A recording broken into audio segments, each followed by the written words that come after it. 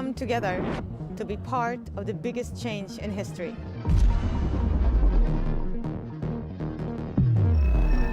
Can you believe it? Can you realize it?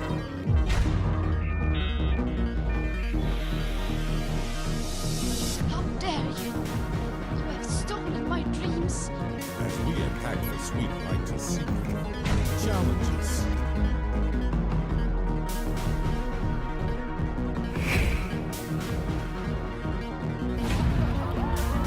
Gone from just a mission to a movement. How did the coronavirus spread so quickly?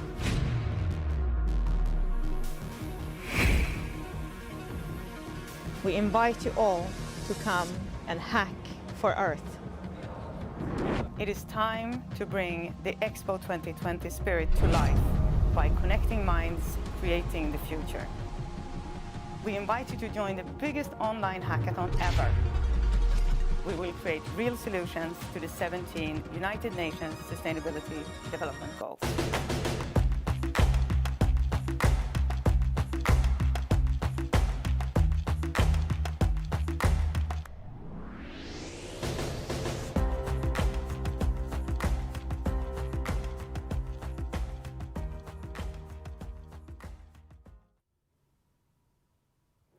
Hello and welcome, a very warm welcome to the Pitch for Earth event today on Earth Hour Day. We are live from Stockholm, Sweden, and my name is Ann Molin. I'm the founder and Secretary General of the Hack for Earth Foundation. So today we welcome you to see how the teams of Hack for Earth are doing. How have they succeeded in making their solutions for the Sustainable Development Goals come to life? What are their achievements so far? And what are their struggles? This is what we will hear about today. As I said, today is Earth Hour Day. So this is a day for global attention on the climate crisis. And what better way to celebrate this day, Earth Hour Day, than to tune in with us at Hack for Earth and hear our winners pitch for Earth together with us. So I'm just going to do a short recap of what we've done so far. Everything we do at Hack for Earth Foundation aims at creating citizen-driven innovation, connecting passionate change makers around the world to create solutions we need for our future. It's all about three good things: sustainability, diversity, and impact. So we started with Dreaming for Earth in the Dream for Earth campaign. And then we hacked for Earth in the Hack for Earth hackathon. And now we're in the final phase, the Build for Earth phase, where we build for Earth. This is the third and final phase of the Hack for Earth project that the Hack for Earth Foundation has delivered together with our partner organizations and Sweden and the United Nations at Expo 2020. So 1,371 teams joined the Hack for Earth hackathon this fall, and they were in all from 121 countries. And they all worked really hard during 2 weeks to create real solutions to the 7 categories in Hack for Earth, and they're all connected to the SDGs, the Sustainable Development Goals. And the 7 winners of Hack for Earth hackathon were announced at the Hack for Earth award ceremony at the World Exhibition Expo 2020 in Dubai on December 15th, 2021. So all teams had a representative from their team pitch live to our head jury, who chose the Hack for Earth award winner. And Varuna Blue in the water category was chosen for this honor. But no rest for the winners. The morning after the award ceremony, Build for Earth acceleration program kick-started. For 3 months now, the winning teams have been working really hard on the solutions in the Build for Earth acceleration program. And now the time has come for the moment of truth. How are they doing? We pitch for Earth midterm through Build for Earth acceleration program. So this is halfway through. 3 months have passed since they won and 3 months to go. There is no time to waste. Let's pitch for Earth. And so for the agenda of today, let's look at that. First, we are going to look at the results of Build for Earth and hear our head of Build for Earth, Christopher Wernmark, talk more about that. And after that, we are going to meet with representative of our new partner, TEDx Stockholm. Aziza Sudirman from TEDx Stockholm is here, and we're going to have a short chat with her.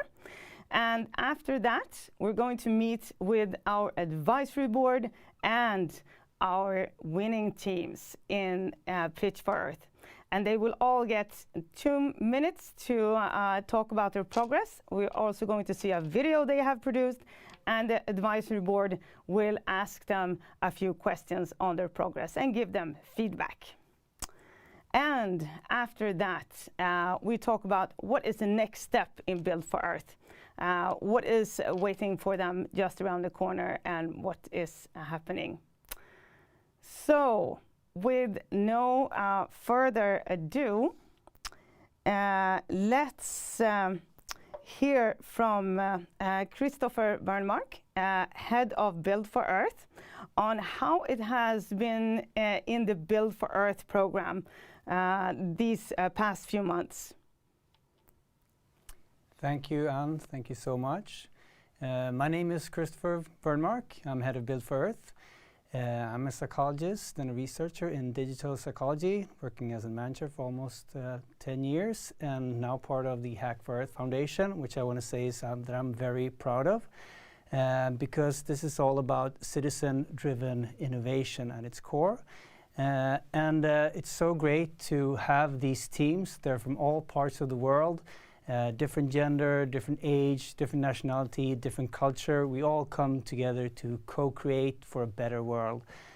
So it's my great pleasure to present for you what has happened so far in Build for Earth.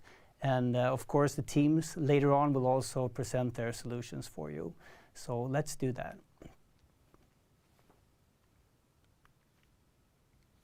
Okay.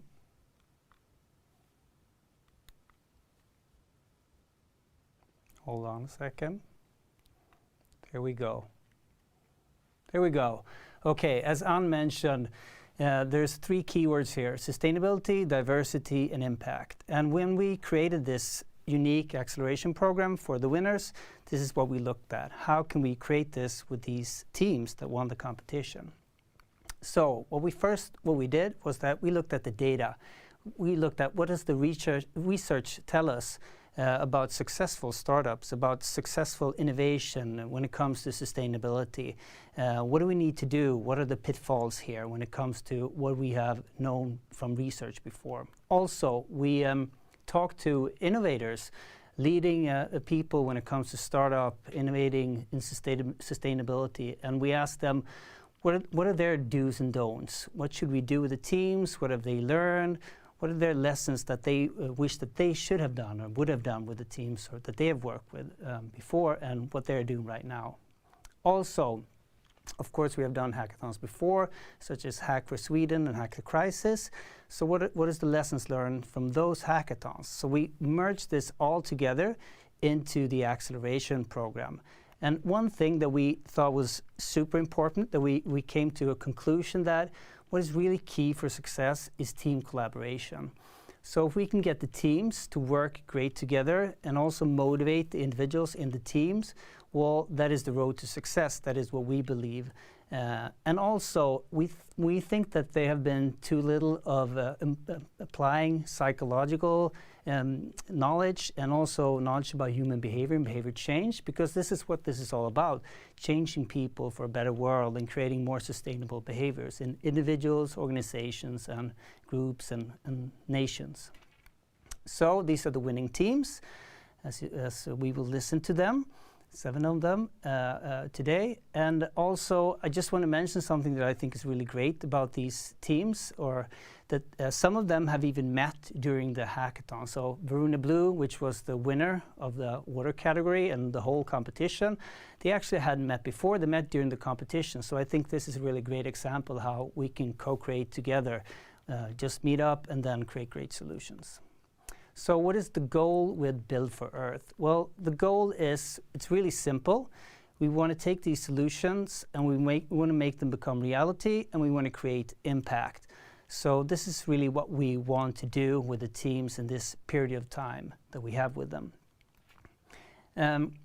So how do we do this? We've worked with creating great teams. This is one of the key things that we do with the teams.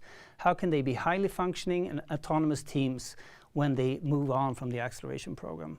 Also, how can they have the right information, learn the right things and the right skills to move on their own, using the skills now or later on in their progress? And also, how can we create successful partnerships and connections that they can use and build and grow together with other people, other organizations that want the same thing. So this is the whole Build for Earth. It's 2 parts. One that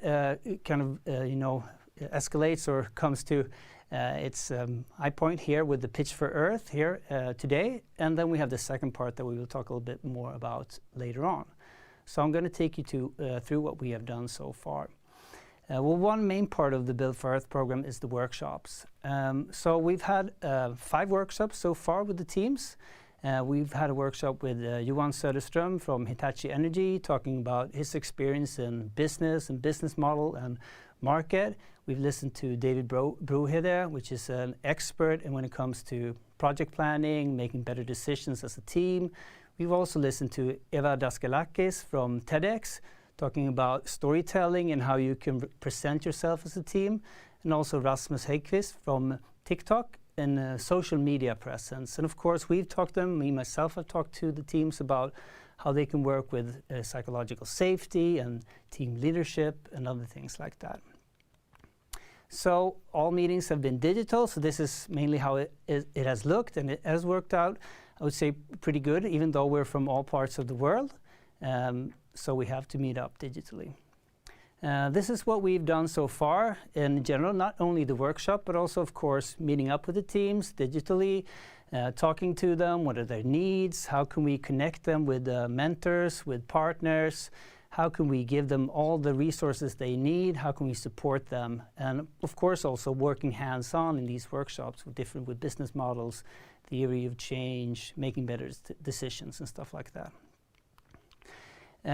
So how far have they come? Well, I'm going to let the team talk about that individually, but on a broader level, I would say that a lot has happened.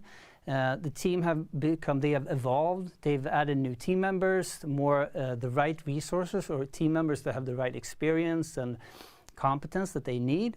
Also, they created prototypes already. They've created, MVPs of their solutions, and they've also talked to their potential users, their potential partners, and starting to gather the data that they need to actually know if their solution is connected to the needs of the people that are going to use it. So they've also evolved as a team, which means that they've had better work processes, they're better at working together. They've also they made their work more concrete and how they should reach their goals, their long-term goals as teams and as startups. And of course, connected with stakeholders, connected with partners, connected with mentors. Some of them have already received funding also, and gotten attention actually in national media, which we think is great. So people are really following these teams and seeing what are they up to. So this is just an example of that, of one of the teams here, International Qualifications ID, about their work so far, working toward the Sustainable Developmental Goals. So to end this, I just want to say that I'm very proud, I know the whole team is very proud of these teams and the team members. They're really passionate, they're really value-driven. Also, they work really hard, They have a very positive attitude. I mean, it goes up and down, but I think they're really trying to make this happen and make this come true, which is something that I think is needed. And in the world we live in right now, I think it's great to see that they really want to achieve a change. I think they've learned a lot as teams, and I think also that we have learned a lot from the teams so far. And this is just the beginning, so more to come for a better world.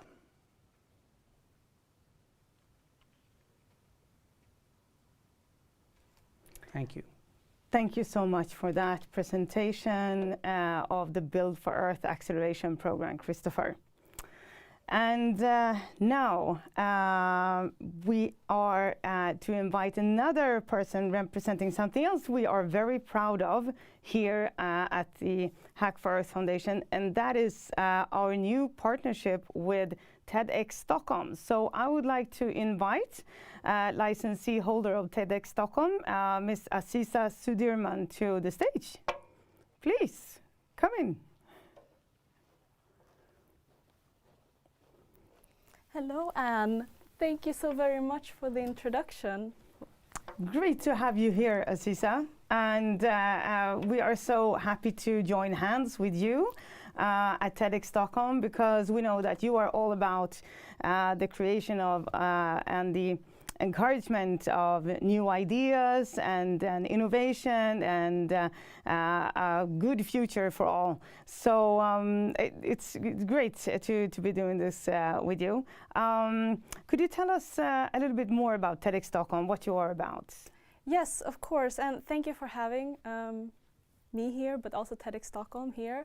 We're also super excited about this partnership, and for those of you who don't know, I mean, we're a non-profit organization, right? And we consist of only volunteers working. So we work purely pro bono. This means that everyone in the team has, you know, day-to-day jobs, you know, families, partners, all of this, and they still find their time to invest, you know, their time, effort into this organization.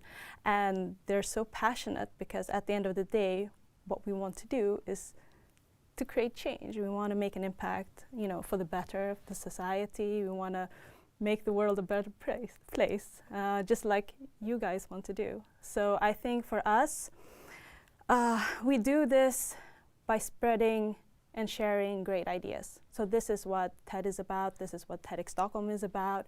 And we do this by offering a platform, which is basically our stage at our events, for individuals to share their ideas. And I think this is what makes us a bit unique. So we are volunteers and we have this unique platform, and we try to do this in a very TED-like spirit. So yeah, this is just a little bit about TEDx Stockholm. But that sounds just amazing, and as you say, I'm really looking forward to this collaboration and see what we can accomplish together. So I know plans are already forming on what we are going to do together. Can you tell us something more about that? That's a very good question. Yeah, we are actively planning, so we have a lot of things in the pipeline. Unfortunately, I cannot really reveal anything, but what I would like to say to everyone watching is that just follow us and stay tuned, and we will share some exciting news soon. Okay, so a bit of a cliffhanger there. Cliffhanger, yeah. a teaser. Let's see what we can accomplish. Yeah. And great, yeah, and today is the Pitch for Earth event. Oh. So are there any teams, winners in any categories that you are extra excited to see pitch, or would you vote for all of them?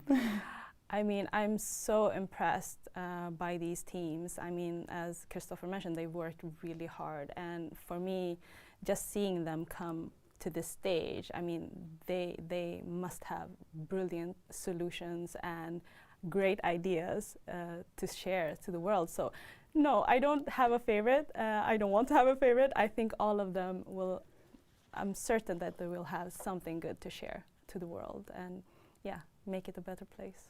Okay, so no favorites. No Happy favorites. about all of, All of them are favorites. That sounds great, just like me then. But thank you so much for joining us here today, Aziza, and looking forward to see more of you in the future. Thank you Thank so you. much. Anne. Thank you. Thank you. And now we have come to the main point in this live streamed Pitch for Earth event, because it is time to introduce our winners who will pitch today, and also our advisory board. So let's start with today's pitches. Today's pitches are going to be the winners in the categories partnership, health, human rights, sustainable society, education, and water.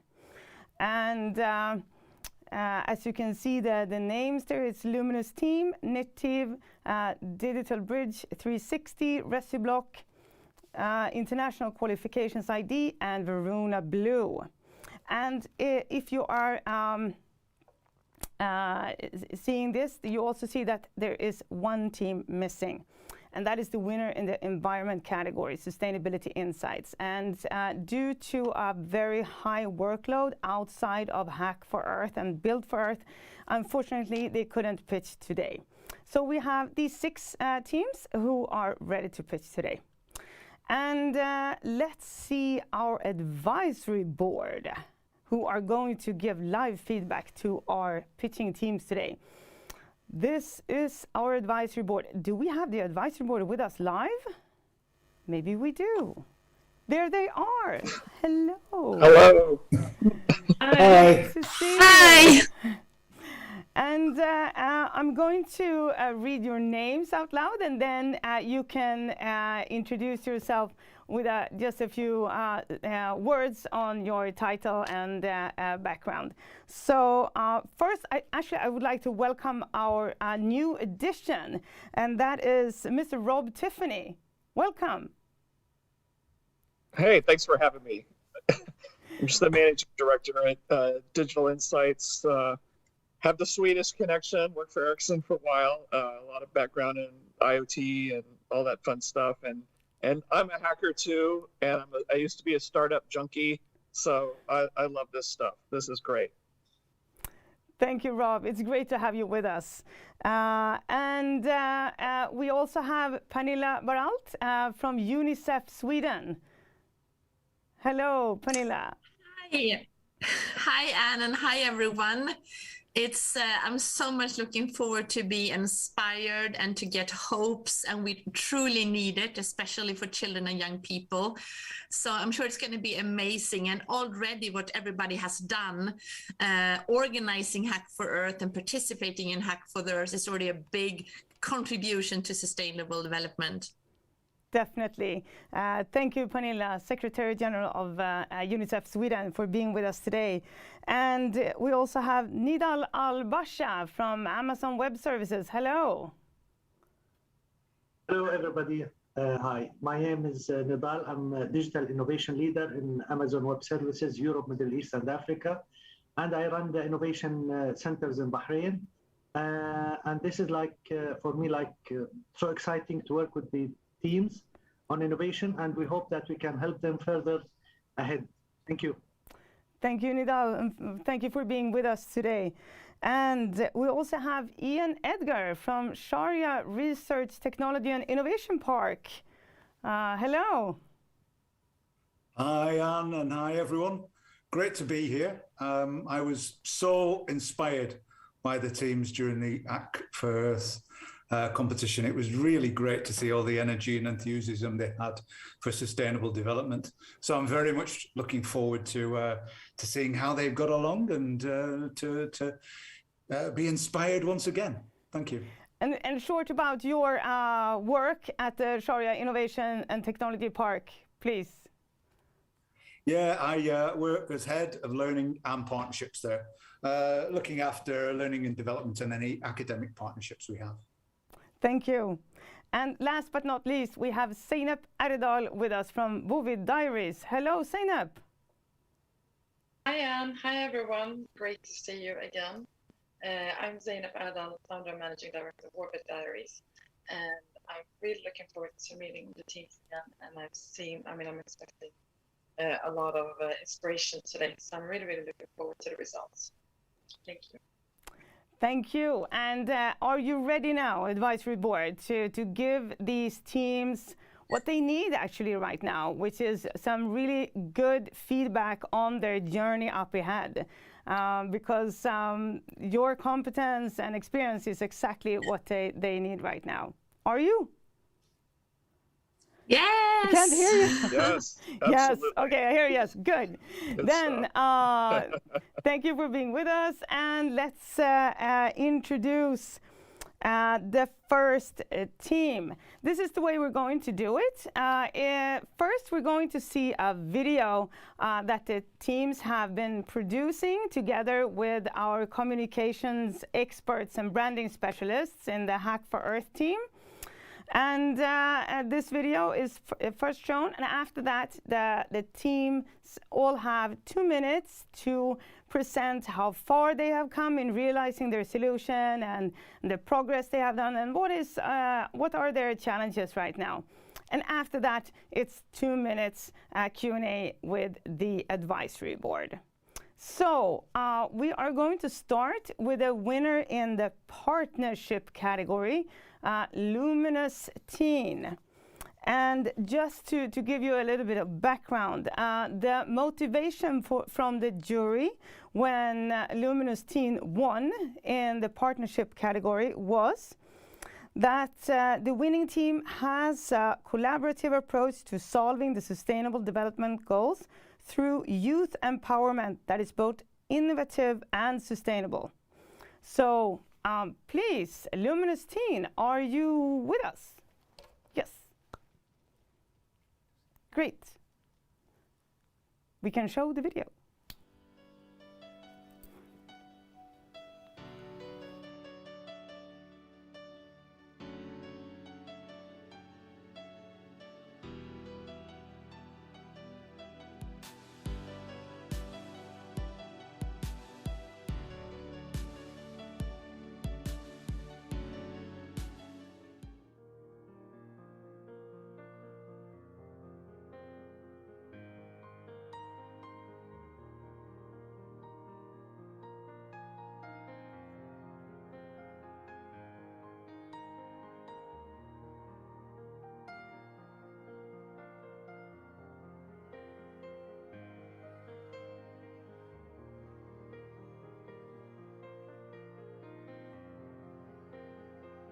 Children should not work in fields, but on dreams. We're working to make it a global reality. It's the story of an audacious journey, starting from right here in Bangladesh, the birthplace of microcredit and home to the largest NGO in the world. 1.8 billion is counting on meaningful action, counting on us, counting on you. Join the mission.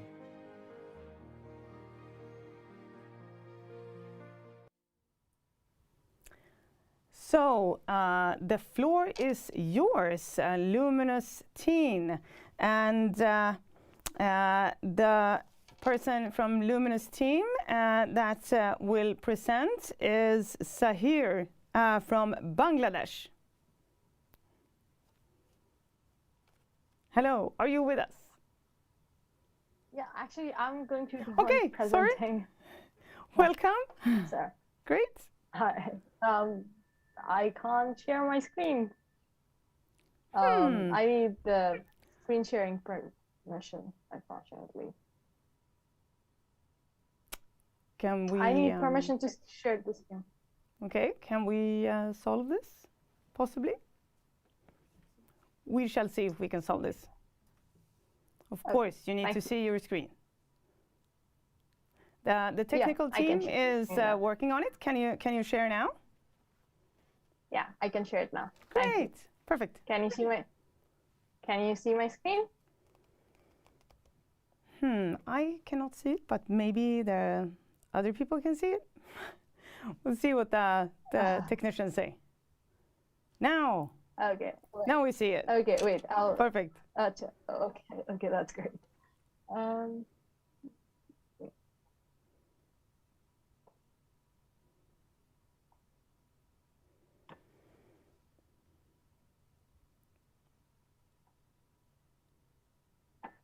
Okay. So starting in, is my screen visible to everyone? Just making sure. Yes. Yes, it is. Okay. Starting in 3, 2, 1. Hello, everyone. Thank you for joining us today. Let me introduce you to our team, Luminous team, and our objectives. As we said, we believe that dreams should be a reality. We believe that children should be working towards making their dream a reality. And while doing so, they should be able to have some financial benefits out of it. Now, what steps have we taken so far to make our dreams a reality? We have connected with the local youth and we have gained their opinion on what they think about our project. And we have gotten some enormous responses and great responses back. And in order to discuss those responses, we have met up with local NGOs like Yunus Center representatives and planned what our next steps should be. And we have also recently gotten into the founding cohort of Harvard Crimson Youth Entrepreneurship Society. So what's next for us? We are developing a business model that will mainly focus on building a digital marketplace for the youth, basically the teens. And we are planning on how to provide a technical support to these people, to the teens, and create more youth partnerships so that the teens can be involved in this work. And we want to partner up with obviously big organizations like UNDP, SDSN, Unleashed, General Unlimited, and so many more. So what are the struggles we have faced so far? Well, first of all, we have a very young team. All of us are mostly under 18. And it's a very complex problem. And in order to solve such a complex problem, we need more resources and more experience, which unfortunately, due to our age, our team doesn't have. That's why we are looking for new members with more experience and who are willing to work for this cause. And we are also looking for more funding because we want to be able to provide these resources to the team to be able to make their dreams a reality. And next, we are looking for tech support from companies to be able to make a digital marketplace. With that, I would like to hand over the floor to Zahiri for question answers. Thank you. Thank you for that presentation, Luminous team, winner in the partnership category. And now over to the advisory board. Any questions for Luminous team?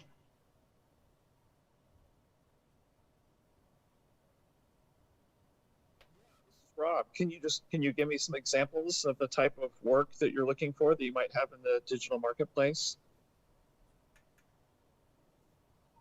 Thank you very much for the question. Basically, the digital marketplace will combine two things.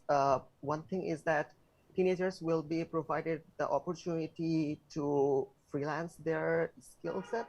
That is, we will make partnerships with other companies who are willing to give those teenagers a chance, and then we will post it on our platform, and then teenagers will be able to avail those chances. This is one part of the story.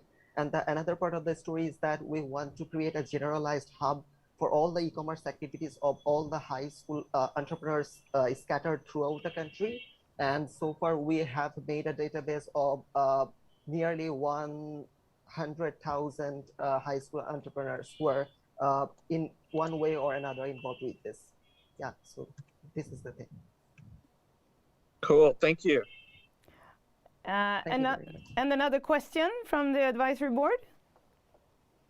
Maybe one from me, Ian.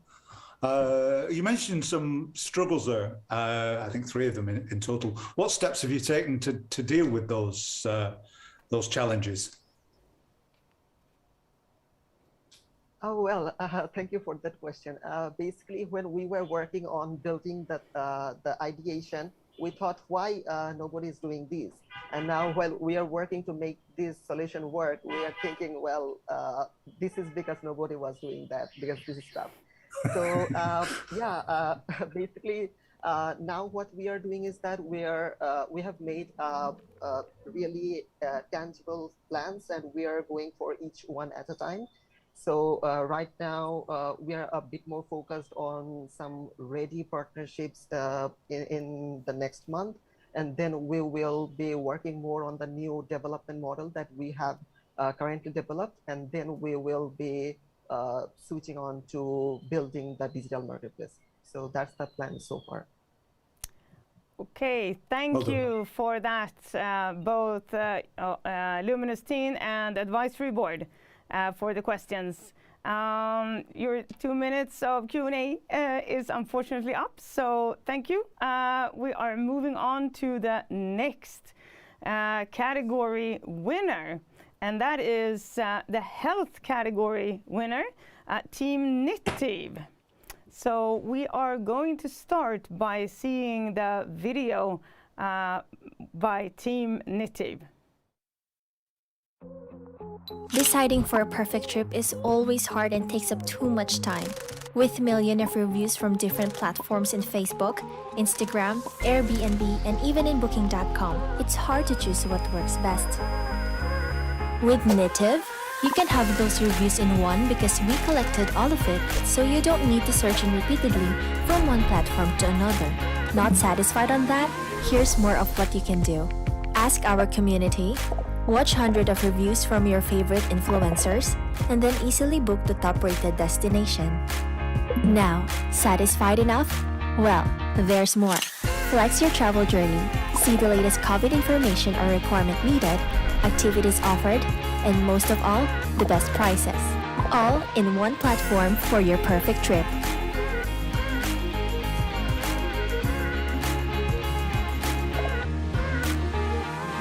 Nitiv. Socialize and discover outdoor destinations loved by the community. Register at our website, nitiv.com. Contributing to SDG problems aspires to ensure health and well-being for all up to sustainable economic growth. And before I let Team Nitiv onto the stage, I just want to provide the reason why the jury chose Team Nitiv as the winner in the health challenge category. And their motivation was like this. The solution, which will connect travelers to a list of local wellness operators, guides, and experts, has potential to contribute to job creation and economic well-being among people living in remote rural areas, as well as increased health. Welcome, Team Nitiv. Are you with us? Hi. Hello. Good afternoon. Good And, evening. Good morning, everyone. Good morning. And presenting for Team Nitiv is La Bueno Casas from Philippines. Hello. Hi, Chief. Good evening. Good evening, everyone. So I'm Lab, and I will be presenting and giving you some journey, taking you to the journey of our platform. So, okay, the screen is present now, right? You can yes. see everyone. Yes. Okay. Yes.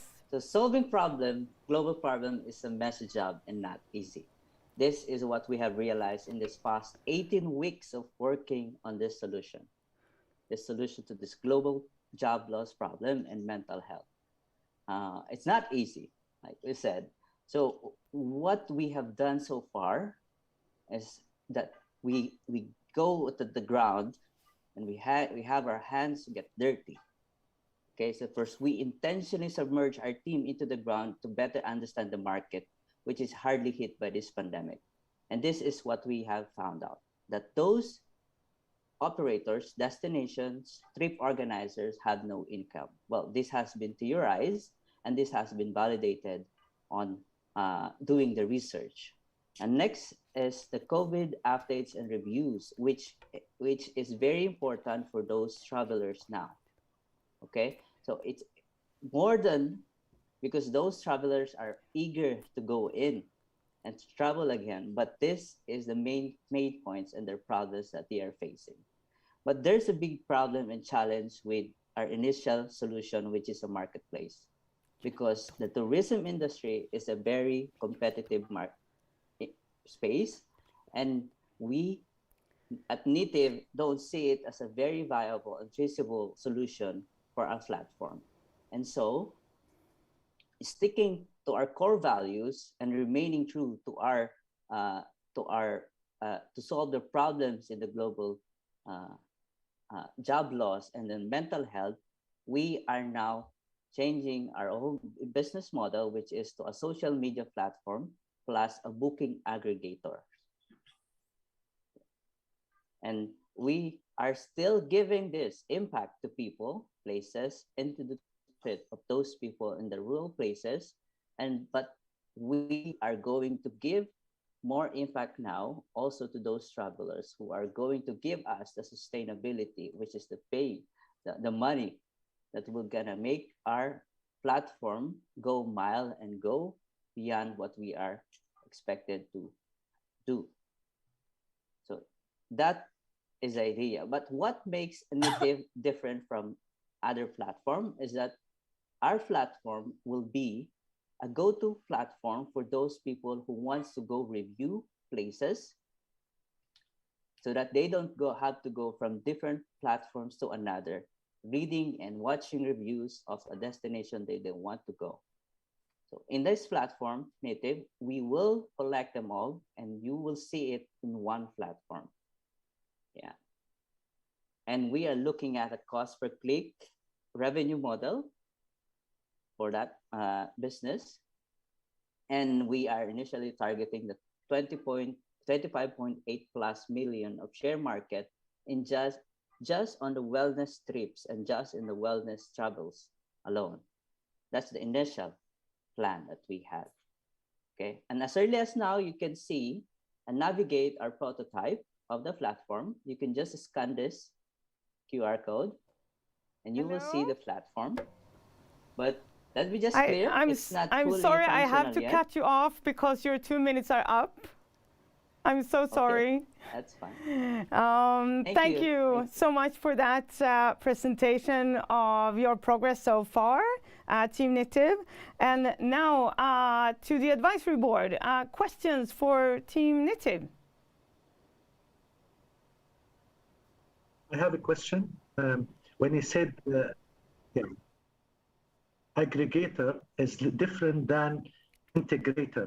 So aggregator means like you collect the information and you give one-way information. Is it going to be interactive that you can book through your application or marketplace to these programs or not? Because aggregation is a little bit different. Thank you. Mm-hmm. Thank you for that question, sir.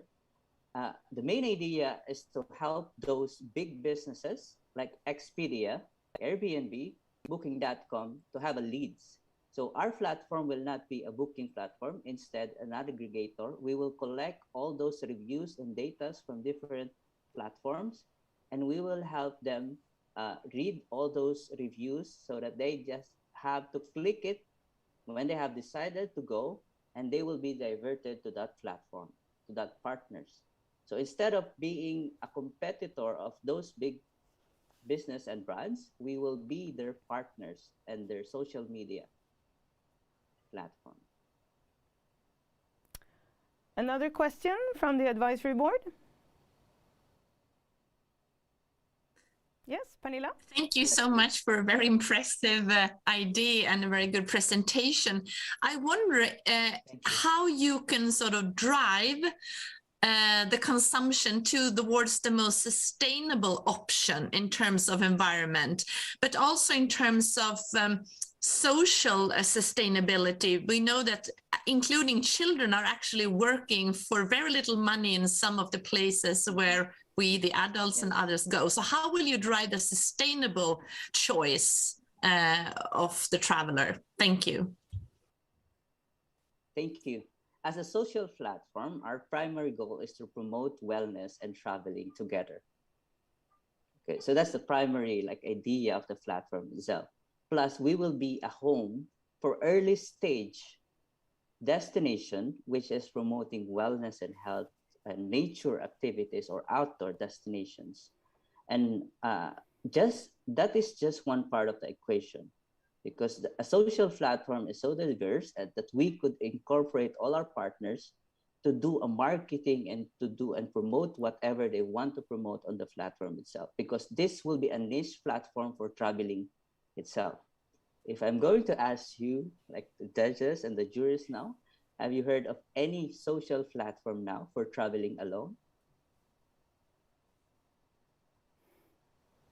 Probably not. This will be the first traveling platform for everyone, and we are aiming to partner with those businesses or non-profit organization who promotes sustainable goals for their areas, especially in those rural places also.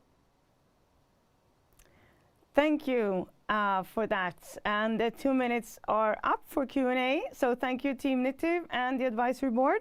We are moving on to the next challenge category. Thank you. Next challenge category, which is the human rights category. And the winner is Digital Bridge 360. And this, the motivation from the jury was the solution has the potential to contribute to one of the biggest challenges we need to solve: the human rights, equal access to internet connection and knowledge. The team has identified the problem that not everyone around the world has access to the internet and therefore are limited in their access to information and to participation, which is their right. And they have come up with a sustainable solution using solar panels to make both accessible. So, before we show the video, I just want to say that presenting will be Michael Ojo from Nigeria. So let's see the video.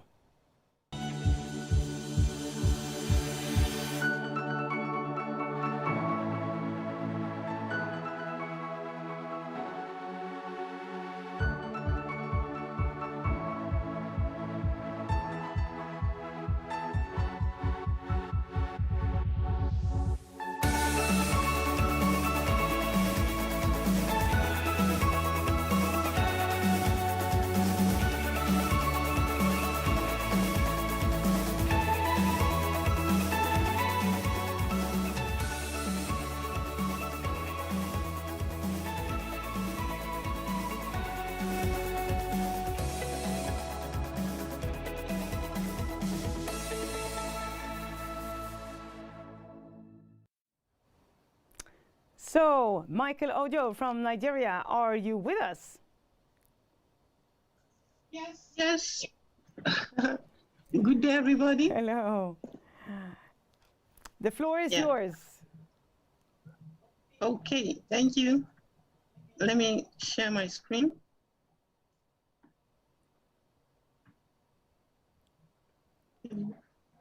Hello. I need to be allowed to share the screen, please. Hello? Yes, the technical team is on it. Okay. Yes. Now it's it's working, I right? Yeah, perfect. Okay, yeah. Thank you. Okay, can I start? Yes, you can start, Michael. Go ahead. Okay. Yeah, thank you for the opportunity. An overview. Let me give us an overview of what our project is all about. Digital Bridge. Our project is about bridging the digital and information divide. I believe we can all agree with me that bridging the digital divide is very crucial in achieving human rights. And because of that, we decided to use a Type-C bus to repurpose it into a mobile telemedicine and digital cafe and library in order to bridge this gap that is affecting about 3.5 billion people. And the reason why this is so is because billions of people are missing out on the wealth of knowledge and information that can only be found in the internet because they are excluded from the digital age because of poverty, geography, and other circumstances beyond their control. Okay, our theory of change, we were able to digest and synthesize from our last pitch, and then we were able to come up with a theory of change that is inclusive, sustainable, and also affordable. And further, our market size, we're able to realize that Africa and Asia are one of our major targets. And because 60.7% has no internet access in Africa, and Asia, we have about 44.1% that have no access to the internet and computer devices. Okay, our business model, we are able to come up and synthesize it to make it people-centric and to make it a non-profit social enterprise. It is self-sustaining, sustainable in both product and service delivery. We have a mobile telemedicine with a sustainable source of energy and mobility so that it can go to all the remotest places in the world. And we have a revenue generation model. We have devices, Wi-Fi for the community, and also we are going to use the latest technology in order to provide service for people. And one of the key challenges that we're facing at the moment is the challenge of partnership and funding opportunities. As you can see from our solution, it's a little bit finance. It will require finances in order to realize this. So we need funding opportunities and then partnership creation from organizations, from government, and other cooperatives. And then from our last meeting, we are able to. Michael, I have to cut you off there. I'm sorry, your 2 minutes are up. Thank you for the presentation. And now to the advisory board. Questions for Digital Bridge 360.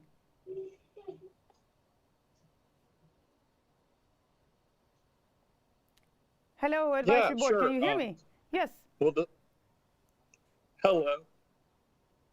Yeah, will the school bus, will this be free to everyone to use, or will they have to pay to use it? How does that work?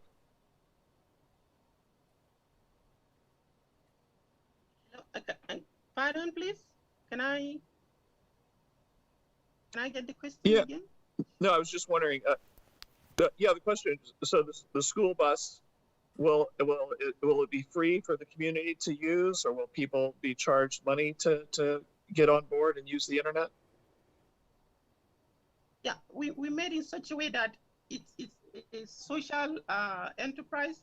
Part of it will be used for income revenue generation, and part of it will be used for to generate income, and part of it will be free for the people. For like the internet access will be free for the people. While that's why we can also use it to generate income in terms of community commuting, transportation, and also we can also generate income by doing what we call digital library service, whereby we are going to allow schools to rent it out for them to access the internet, and then the computers are available. And also we have a charging booth that can be used to generate income.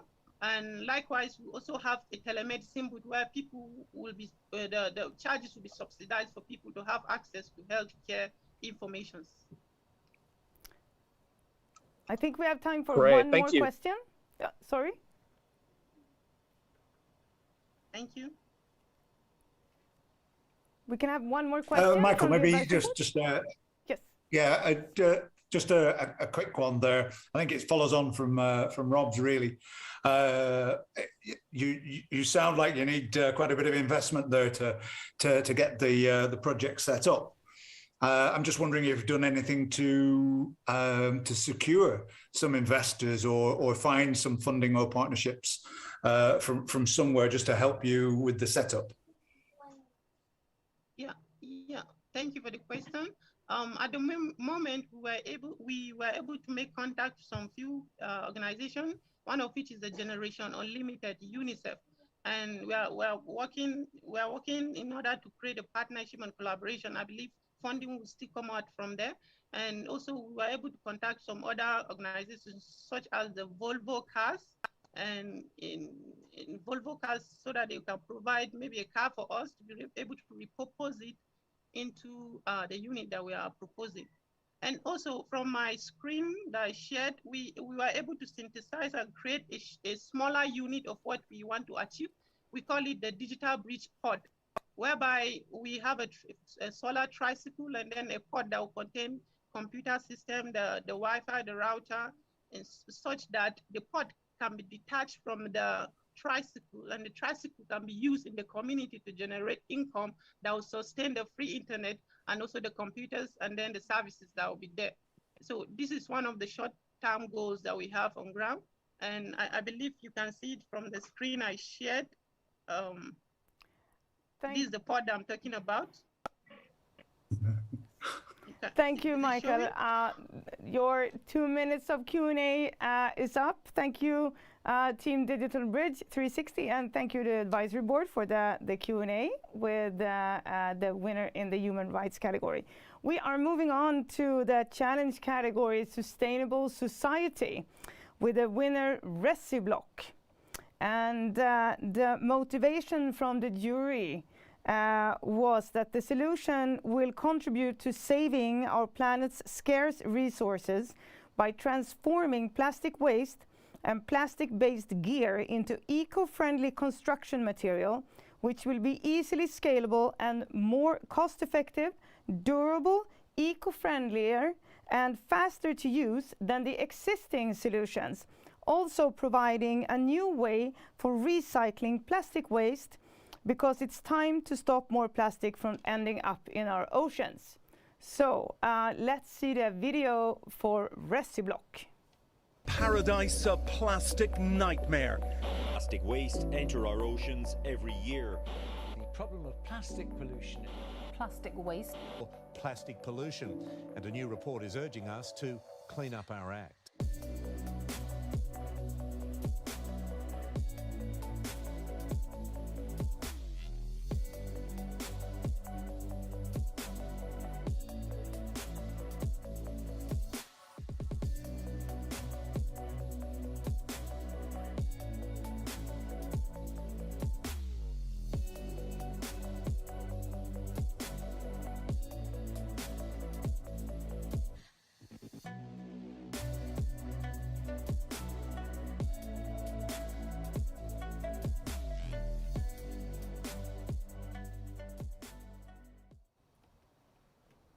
And with us today from Team Reci Block, winner in the Sustainable Society category, is Huda Mirouche from Morocco. Hello, Huda.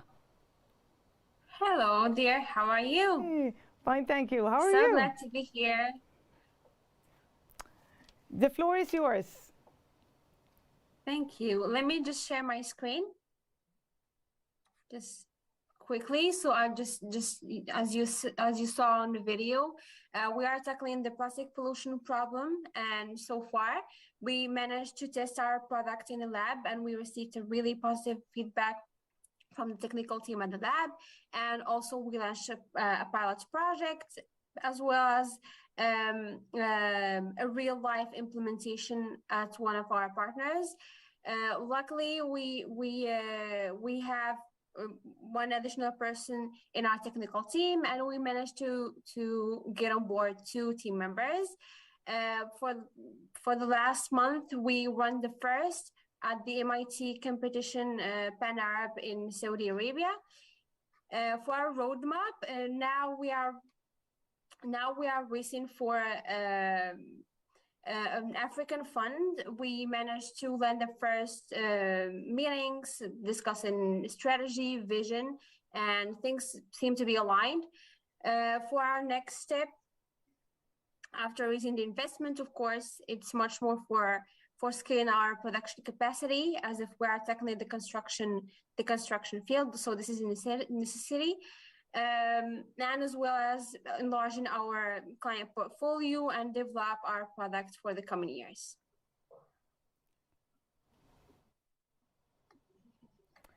Thank you for that presentation, Huda. Now to questions from the advisory board. Hi, I have a question. So Huda, have you been able to test the material in different climates so far? And how does it respond to different climates? Well, we tested it at the lab, we get to test it in different temperatures and in different floorings. For the pilot project, we implemented it in the south of Morocco, so it's pretty much an extreme environment. So yeah, I think our product managed to scale it, to go for it, yes.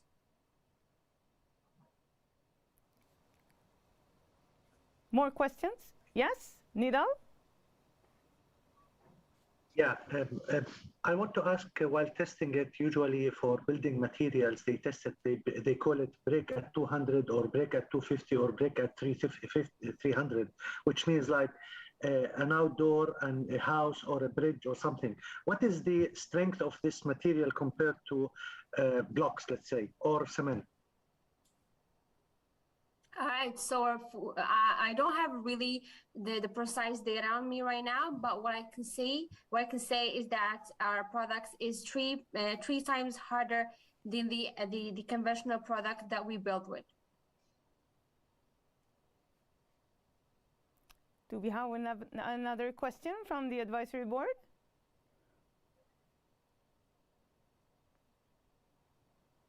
No further question? Oh. Just a quick question. Are there any proprietary issues or patent issues with the materials that you're using? Because it sounds like you're coming up with a compound that might be new. Have you thought about that angle? Currently, we have a Moroccan patent, and we're working on an international one. For the construction sector, it's a little bit hard to get international patents, so it's going to come along just right after the investment. Thank you.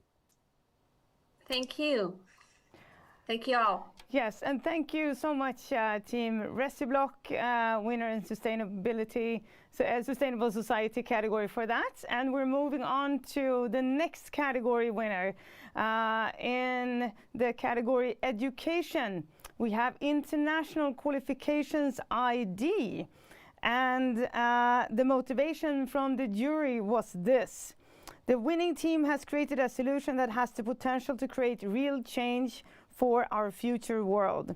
The solution will increase educational opportunities for and enhance the mobility of youngsters around the globe through evaluating and translating students' qualifications and grades in accordance with a new global grading standard that will be recognized by any university or future employer anywhere in the world. So with that, let's see the video of International Qualifications ID.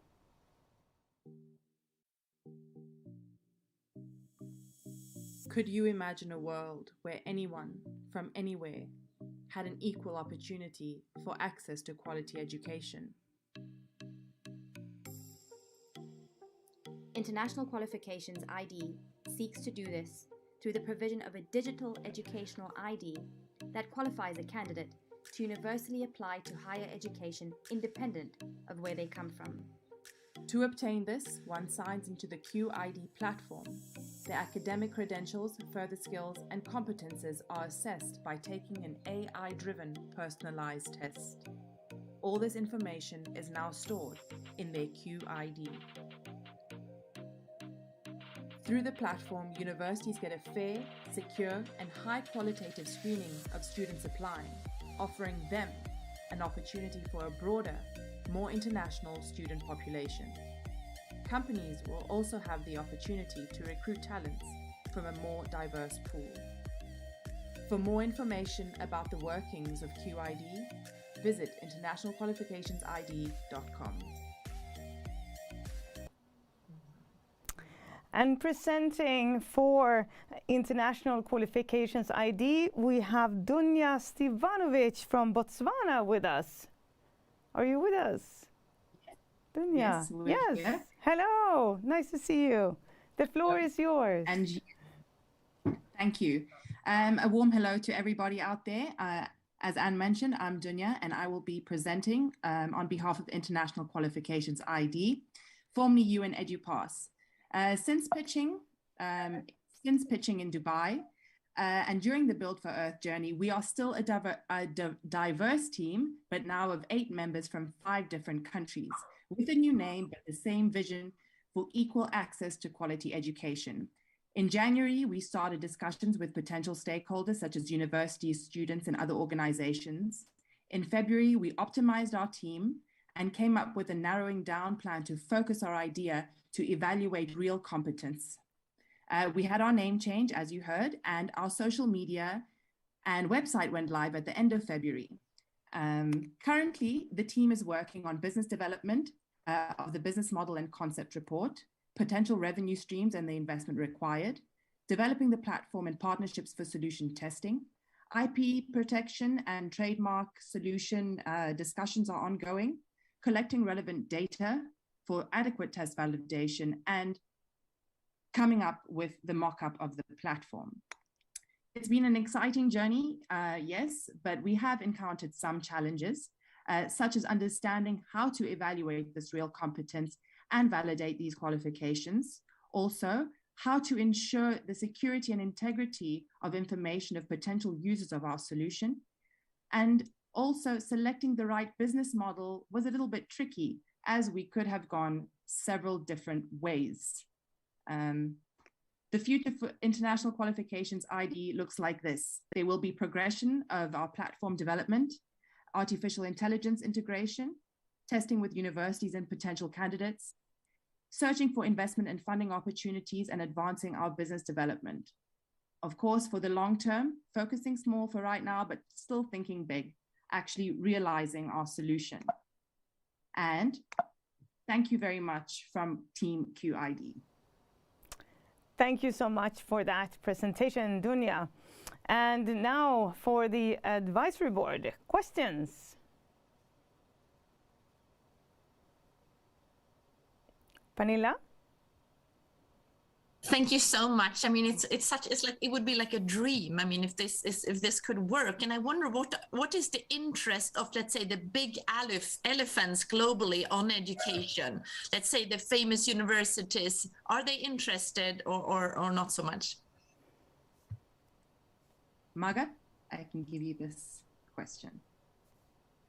Okay, we have really tried a lot and talked to big universities. We started with most of them in Sweden, in Europe.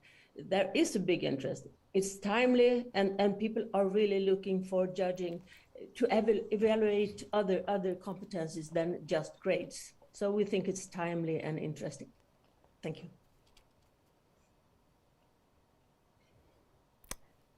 More question, Nidal? I have a question.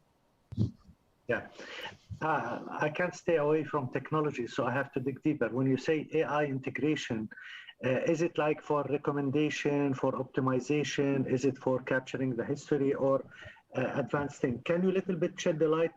AI, why does it come now? Samuel?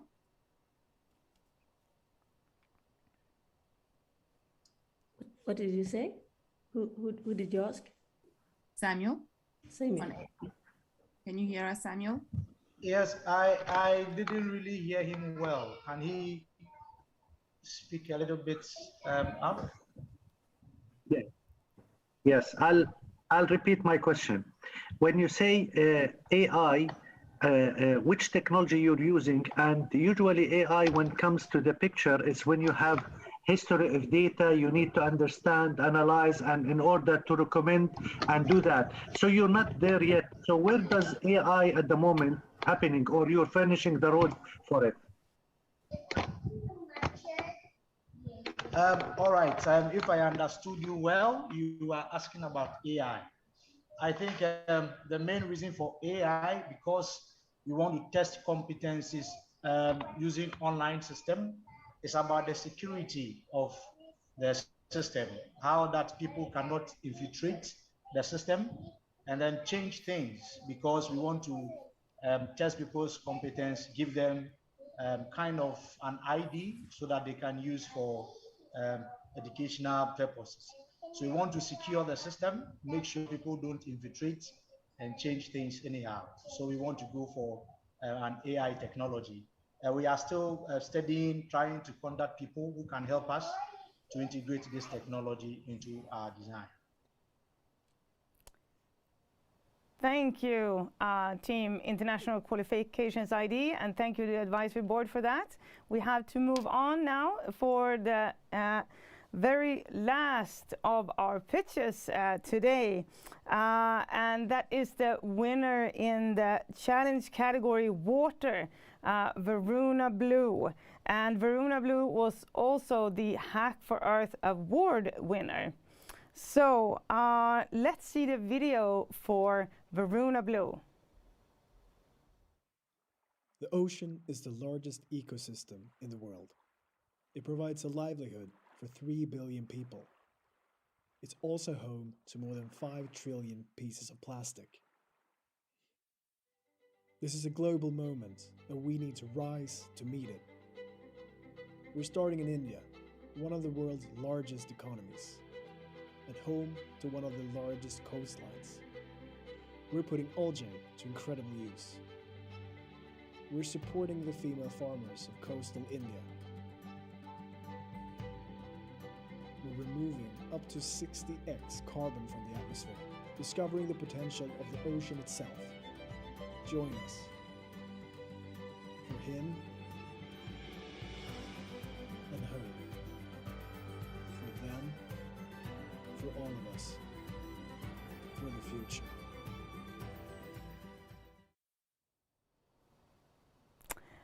And presenting for Varuna Blue and winner in challenge category Water is Marina Toluchina from Ukraine. Hello Marina, are you with us? Yes, I'm with you. Do you hear me? Oh, yes, hello, it's nice to see you. And the floor is yours. Thank you. So, good evening, everyone. It's a pleasure to see you. We've been and we have in several areas, but our solution is complex and requires a variety of expertise.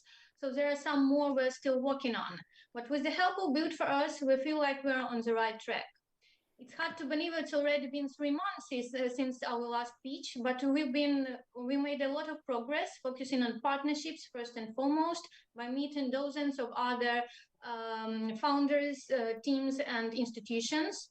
Secondly, we legally registered our company, applied for accreditation to the UN Ocean Conference in Lisbon this summer, as well as several other initiatives, largely around funding, trying to address our funding gap to scale this up. We also focused on marketing by redesigning our logo, launching new social channels, and working with marketing pros from Build for Us. Most of our current efforts are focused on 3 key areas.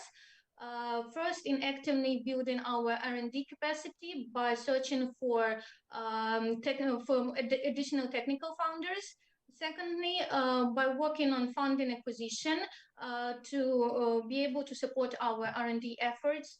And third, to find partners. As for what's next, we're looking to keep focused on these same areas, deciding where our R&D will happen, continuously looking for new research talent, working with partners, and most importantly, ensuring we have an appropriate level of funding to be able to see our research through to a successful outcome. All in all, we've been busy all this time, and even though the road to our aim isn't easy, we feel positive about it. And I'm thankful for your attention and looking forward to hear your questions and comments.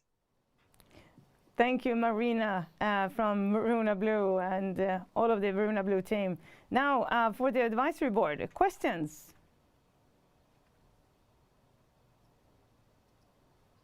Hi, I have a question regarding the R&D. You emphasized that quite a lot in your presentation.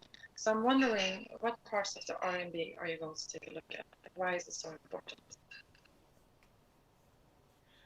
Well, producing the bioplastic itself is built on the R&D and finding out which specifications our bioplastic will have.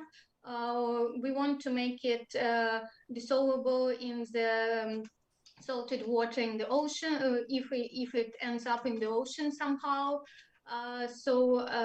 Building a strong R&D team is a crucial core in our business right now. Yes, Nidal? Yeah, maybe also adding to what maybe Ayan mentioned, something about patent and IP, because I saw you the complexity of the technology you mentioned, and I saw it was really complex, hard to even capture, but this is advanced. So where are you from patent and IP protection? Because this is big, I mean. Thank you. Thank you for your question. We haven't started the IP or patent process yet, as we're not ready with our R&D, but we definitely have it in our plan. As soon as we get some outcome from our research, we'll definitely make it patented. The whole production of the bioplastic from seaweed is not super new, but we aim to find the new specifications of this bioplastic not used by our competitors, and they will be patented by us. Thank you. Another question from the advisory board? Yes, Rob? Sure. I guess at what scale? Yeah, so far, at what kind of scale or number have you been able to create the bioplastics from the seaweed? Is it just samples right now, or are you able to scale up a bit? Yeah, we are still on the samples level. We haven't had any production yet because we need to make more research on the bioplastic itself. Okay, thanks. Thank you, Varuna Blue, for that presentation and for the Q&A session with the advisory board. And thank you all teams pitching, because that was the very last one today. So now the very important work by the advisory board takes place, because now it's time for them to choose the best pitch today. So while the advisory board takes a few minutes to decide who wins best pitch, we are going to hear from Christopher Wernmark, head of Build for Earth. What is up next in Build for Earth? What are they going to do next? Yeah, sure.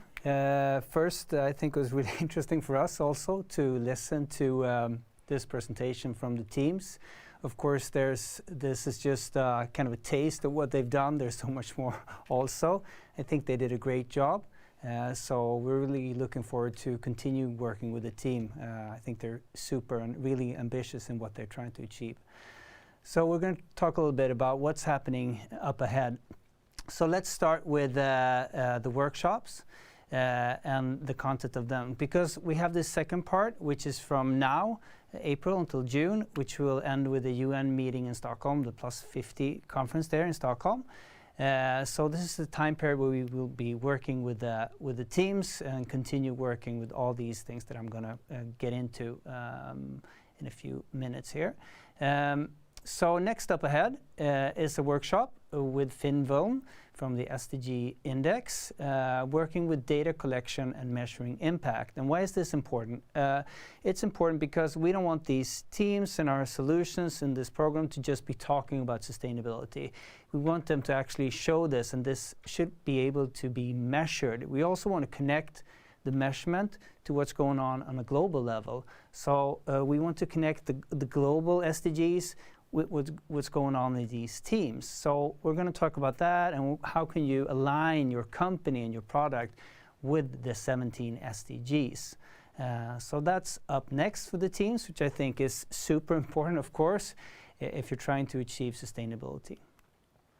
Also, as a few of the team mentioned, it's the question of financing and resources and time and all of that. So we're going to have a session about financing with Rafat Malik, and about venture capital and other types of funding. And these teams, of course, will have different government funding, maybe nonprofit funding, maybe private funding, but this is a large part, of course, of moving on and creating and becoming a startup and developing your R&D, like Varuna Blue said, and more. So a session about that. Also growing as a startup, I mean, being a team and then growing into a company. This is a process in itself. Adding people, getting resources, as we said, trying to keep the team together, providing time to work with this. So we're going to listen to Marie-Claire Maxwell from Business Sweden, and also Mikael Ahlström, serial entrepreneur. They're going to talk about how do you succeed, how to get past this phase of beginning to grow as a startup. And of course, other themes as well, sustainability. We're going to talk about the psychology of sustainability and if we want to change the world, we want to change human behavior. So we need to know more about the psychology of sustainability. Why do people change? How do they change in the long term? And also other stuff like branding, marketing, and partnership, and getting your message out there. These and a few more things is, of course, what we're going to work with and continue working in the Build for Earth program. So getting these teams, such as they told us, they're getting their teams all set up with the right competences, the right people, getting the right partners, of course. It's still work on doing that. Still elaborating their prototypes and creating even more MVPs and gathering more data. So there's more of the same things that they've started doing. And also, of course, new events and new collaborations for the team. So there's a lot to be done up ahead, of course. But now, Ann, over to you. Thank you, Christopher, for that presentation of what the next phase of Build for Earth will entail for the teams that are now halfway through the Build for Earth acceleration program, and soon they will be at the very end of Build for Earth acceleration program in end of June. So it's really exciting to see what they have accomplished. Just before we present the winner of the Pitch for Earth, like the best pitch that the advisory board have chosen, I would just like to ask Christopher, because this is a completely new setup for an acceleration program, is this something that has surprised you, or something that is especially exciting, or has this been exactly what you pictured it to be? Many questions in one, but questions. Yeah, just something. But I think, one thing that has really, I would say surprised me, it's when we had the event, the hackathon event. After that, you have 7 winners. And then it was always like this, how much time will they provide? Are they motivated to work with these solutions to make them come true? And that is really one of the take-home messages for me, that these teams and these individuals have so much passion, they have so much drive, they have so much purpose. That kind of blew me away, and still does, that there's so much will out there to actually do better and put your heart into it. So that's one of the things that I think is the most rewarding for me, being part of this, is actually being part of this and knowing that it's all out there, all over the world. So yeah, I would say that. So there's hope for the world. That is what I hear when you talk about this, Christopher. So I'm going to actually, I would like to invite the advisory board into this meeting now. Can we see them? Is that okay? Hello, advisory board. How was it seeing the pitches now? What are your reflections?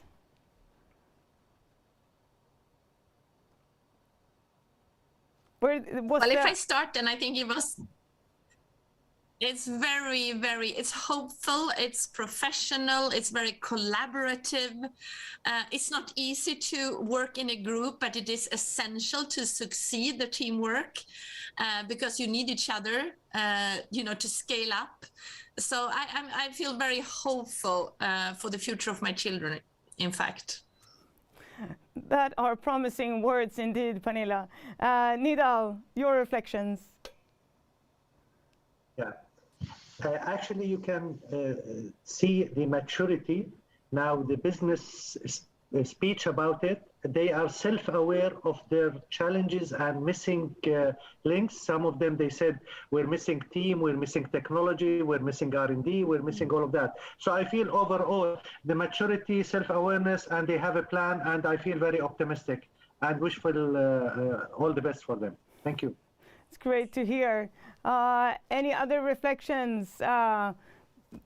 Ian, Zainab, or Rob, do you want to share something? No, I just want to echo the other comments. I'm super hopeful. It's exciting to see people work on this type of task. And yeah, definitely you can see the self-awareness. They're not living in a reality distortion field. They know the gaps they need to fill. And so that's good. A lot of maturity there.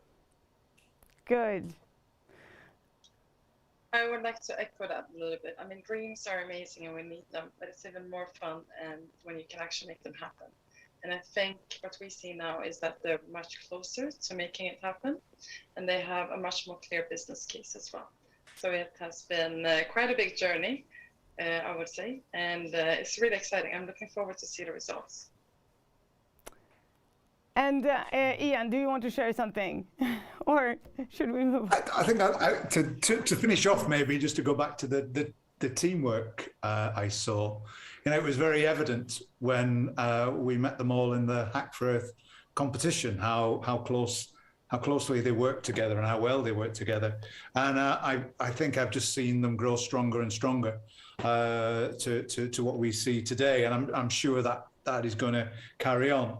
And as Christopher said, that's such an important part of making a successful business, is having a great team that really work well together. And I think we've got the real elements there to see that happen. It's really great. Thank you, Ian, and thank you, Advisory Board. And now it is my honor to introduce or present the best pitch of today, the winner of the pitch for Earth, because our Advisory Board have voted and have decided upon the winner of Pitch for Earth to be Team Reci Block.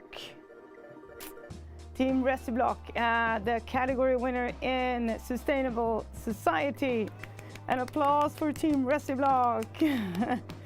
Well done, very well done. And again, we are at the end of this live stream, Pitch for Earth. I want to thank especially, of course, first and foremost, to all of our winning teams who have been working so hard, and the amazing pitches that you presented today, and we are so looking forward to see your progress and following your work in the months to come in the future. And also, of course, thank you to our Advisory Board. Thank you for your time and for giving of your competence and your experience to our winners in this context. And of course, to all of you watching this Pitch for Earth event, to our partner organizations, and to all of those who has made this Hack for Earth project a reality.